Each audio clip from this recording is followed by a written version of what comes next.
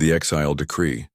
The massive chamber of the Galactic Assembly hummed with anticipation as over 300 representatives from across known space gathered for the emergency session.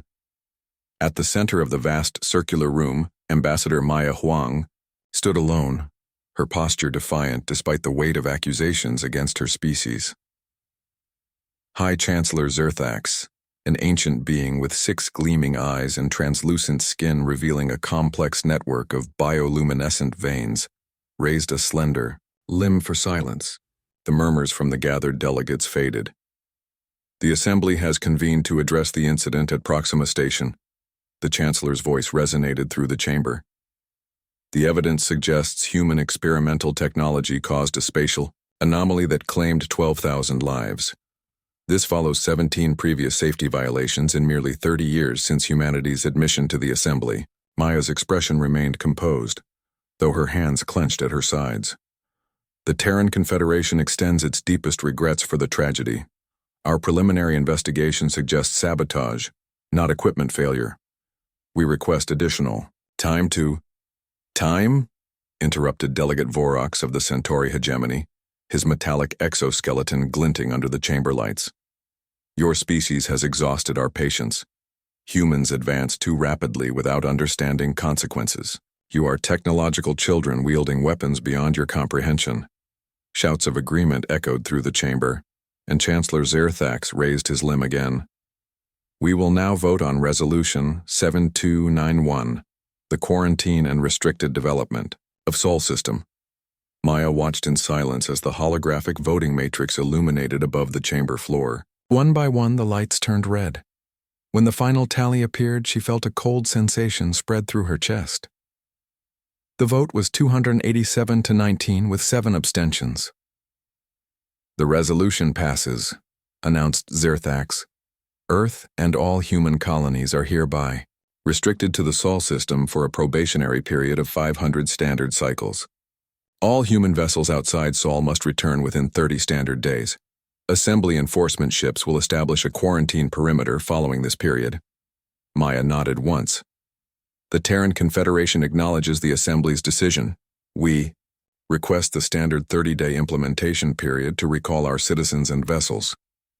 Granted, replied Zerthax. This session is concluded. As the delegates filed out of the chamber, Maya was joined by her aide, Dr. Eli Karim, who looked ashen.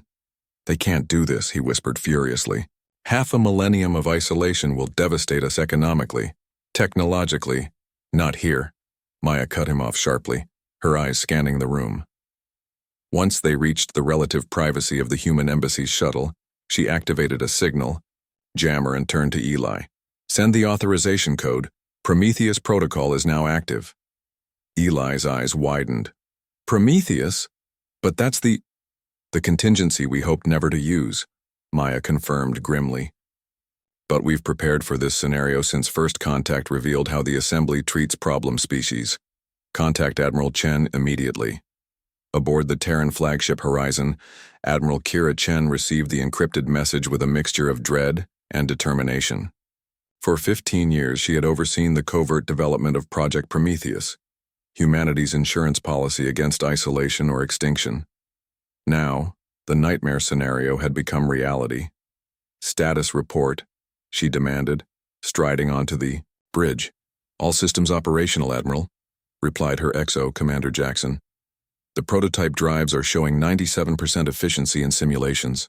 Chen nodded, studying the holographic display of Sol system, with hundreds of blinking lights representing human ships scattered throughout assembly space. Initiate Phase 1. All Terran vessels are to collect their dormant cargo and rendezvous at the designated coordinates. Stealth protocols mandatory.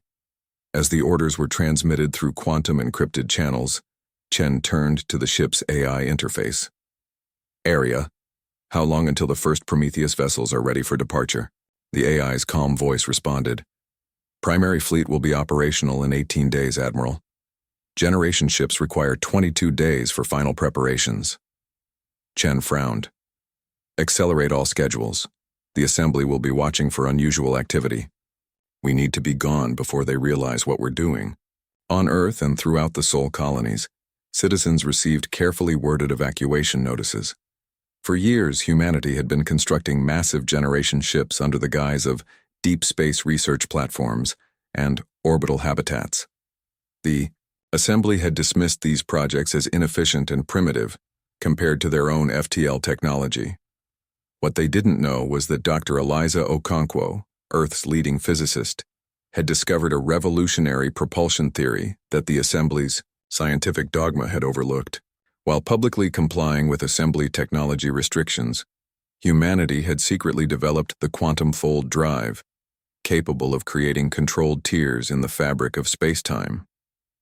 The Assembly believed such technology was impossible without causing catastrophic spatial disruptions. They were wrong. 7 days after the exile verdict, 3 Assembly observer ships arrived at Sol's outer boundary to monitor the recall of human vessels. They were greeted by a diplomatic delegation led by Defense Minister Victor Ramirez. "Your cooperation is appreciated," stated the Arthenian commander, their insectoid features impassive. "Our sensors show 89% of registered human ships have already returned to Sol space." "We value peaceful compliance," Ramirez replied, his expression revealing nothing of the frantic activity happening throughout the system. For the next 2 weeks, Assembly observers documented human ships returning to Sol, cataloging population centers and preparing to establish quarantine beacons. Meanwhile, millions of people quietly boarded the massive ships hidden within Mars' moons, beneath the lunar surface and in the asteroid belt. By day 25, the observers reported to the Assembly that the human quarantine procedure was progressing peacefully, with 99% compliance. That same day, Admiral Chen met with Earth's leadership in the underground facility beneath Geneva. "We've recovered or destroyed all evidence of our advanced technology from Assembly space," she reported. 342 Exodus ships are now fully crewed and supplied. The quantum fold drives are installed and tested. President Amara Okafor nodded gravely. "And those who choose to remain?" "Approximately 500 million have elected to stay in Sol system," Chen replied. "They understand their role in maintaining the deception. The Assembly will believe they represent our entire civilization." "How long can they sustain that illusion?" asked a concerned cabinet member. "Long enough," Chen answered confidently. "The quarantine monitoring will be automated after the first decade. By then, our new colonies will be firmly established beyond Assembly space." On the 29th day of the implementation period, Assembly observers detected unusual energy fluctuations throughout the system. "Human vessels, explain these anomalies," demanded the Arthenian commander. Minister Ramirez appeared on the communication screen, now aboard the flagship Horizon. "We're complying with your exile order, Commander. You specified that humanity must confine itself to Sol. You never specified we all had to remain in Sol." "What is the meaning of this?" the commander hissed as their sensors registered hundreds of massive ships rising from hidden locations throughout the system. Ramirez smiled. "The Assembly has made its decision. Now we've made ours." One by one, the Exodus ships activated their quantum fold drives, creating brief, controlled tears in space-time before disappearing completely, leaving only fading radiation signatures. Our final transmission came from Ambassador Maya Huang aboard the last departing vessel. "The Assembly gave us 500 years of exile. Perhaps when that time is up, we'll return and see if you've learned the value of cooperation over control. Until then, we'll forge our own path among the stars." Her ship vanished, leaving the observers to establish a quarantine perimeter around a system containing only a fraction of humanity. Volunteers who would maintain the illusion of a confined civilization, while their brothers and sisters sought freedom beyond known space. Beyond the stars. The Exodus fleet materialized at the edge of an uncharted system, 12,000 light-years from Earth. 342 ships carrying over 2 billion humans emerged from quantum folds, their navigation systems immediately mapping the new surroundings. Admiral Chen stood on the bridge of the Horizon, watching as data streamed in from survey drones. "Aria, assessment. System contains 9 planets, Admiral. Third planet shows Earth-comparable atmosphere and gravity. No evidence of intelligent life or technology signatures. Habitable zone extends to the fourth planet with terraforming. A collective sigh of relief spread through the bridge crew. Their first jump had succeeded perfectly, bringing them to one of the candidate systems identified by unmanned probes sent years earlier. Begin Phase 2, Chen ordered. Deploy the settlement ships to the third planet. Establish orbital infrastructure around planets 3 through 5. Research vessels will catalog local flora and fauna. Defense grid online and cloaked. Aboard the colony ship New Dawn, Dr. Eliza Okonkwo monitored the quantum fold drive as it cooled after the jump. The technology that had saved humanity from isolation represented just the beginning of what they could achieve free from assembly restrictions. The drive performed beyond expectations, she reported to Captain Sato. Energy efficiency was 8% higher than in simulations. With refinements, we could extend our range by another 1,000 light-years per jump. Sato nodded appreciatively. The assembly never understood us, did they? They saw our experimentation as recklessness, not innovation. Their technological development stagnated millennia ago, Eliza replied. They stopped asking, what if, and started saying never again. That's no way for any civilization to survive long-term. As the fleet established orbit around the third planet, soon named Terra Nova, survey teams confirmed it was even more suitable for human habitation than initial scans suggested. Rich in resources, with diverse ecosystems and no dangerous pathogens, it seemed almost too perfect. It's as if it was waiting for us, remarked Maya Huang, watching the first landing shuttles descend through wispy white clouds to the verdant surface below. Within days, the first settlement domes were established. Within weeks, the foundations of cities began to take shape. The Exodus fleet had been designed not just for escape, but for rapid colonization, containing everything needed to establish a thriving civilization. 6 months after the Exodus, humanity's new home was taking shape. Terra Nova City sprawled across a coastal plain, its architecture blending Earth traditions with bold new designs. In orbit, shipyards constructed new vessels, no longer constrained by assembly regulations. Admiral Chen, now leading the Defense Council, met with the newly elected colonial government in a chamber overlooking the city. Our reconnaissance drones have confirmed no assembly presence within 5,000 light-years, she reported. We've established outposts in 7 neighboring systems and begun mining operations in 4. At current expansion rates, we'll have a thriving multi-system civilization within a decade.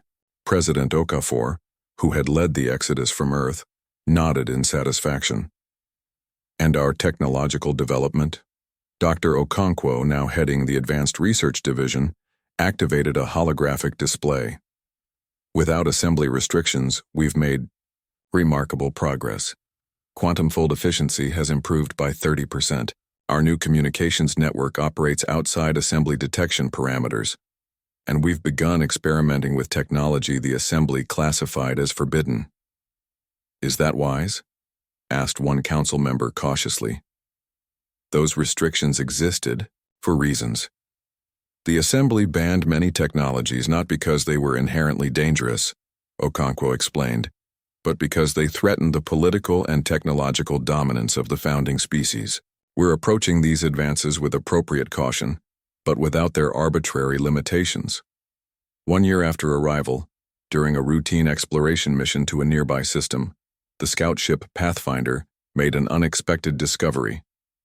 Captain, Layla Nazari's voice was tense as she reported back to Terra Nova. We've detected artificial structures on the 4th planet. They appear to be ruins, but some systems remain operational. Dating suggests they're approximately 300 years old. The news sent ripples of excitement and concern through the colonial leadership. They weren't alone in this region of space after all. A specialized team led by xenoarchaeologist Dr. Wei Zhang was dispatched to investigate. After weeks of careful study, they made a startling discovery. They were exiles like us, Dr. Zhang reported, displaying artifacts recovered from the ruins. The Navori, a species the assembly quarantined nearly 5 centuries ago for developing prohibited bioengineering techniques. According to their records, they fled assembly space but struggled to establish a permanent civilization without sufficient numbers or resources. What happened to them? President Okafor asked. Most died out, Zhang replied solemnly, but their records indicate some descendants departed for a system about 30 light-years from here. They might still exist. Admiral Chen immediately authorized a diplomatic mission. 3 months later, the expedition returned with astonishing news and visitors. The delegation of Navori that stepped into Terra Nova's diplomatic chamber looked nothing like their ancestors described in assembly records. They had adapted their biology to thrive in their new environments, standing taller than humans with iridescent skin that changed color with their emotions. We never imagined finding another species who escaped assembly control, spoke their leader, Televaz, through a translation device. For generations, we believed ourselves alone in our exile. This encounter changed everything. The Navori had developed technologies along evolutionary paths humans had never considered. In exchange for human assistance revitalizing their struggling civilization, they offered knowledge that would accelerate colonial development by decades. 3 years after the Exodus, humanity had formed an alliance with the Navori and discovered 2 other species that had fled assembly restrictions in centuries past. Together, they established the Concordat, a mutual defense and development pact based on principles of technological freedom and cooperative advancement. On the anniversary of their departure from Earth, Admiral Chen stood with President Okafor and representatives from their new allies, watching a fleet of ships executing maneuvers above Terra Nova. The assembly believed isolation would weaken us, Okafor reflected. Instead, it set us free. And we're not alone, added Chen, gesturing to their alien allies. The assembly has been exiling innovative species for millennia, creating its own opposition without realizing it. Televaz's skin rippled with colors signifying agreement. The assembly fears change. They enforce stagnation while calling it stability, but the universe rewards adaptation, not rigidity. In a secure facility beneath Terra Nova City, Dr. Okonkwo and a team of human and alien scientists worked on technologies the assembly had forbidden for thousands of years. Their latest breakthrough promised to revolutionize humanity's understanding of space-time itself. The question isn't whether we'll return to assembly space, Chen said, watching a new class of ships take flight. The question is what we'll have become when we do. President Okafor smiled. They gave us 500 years. I wonder if that will be enough time for them to prepare for what's coming. As night fell on Terra Nova, billions of humans looked up at unfamiliar stars, no longer exiles but pioneers. The assembly had intended to confine humanity, to limit their potential and curb their ambition. Instead, they had unleashed it across the cosmos.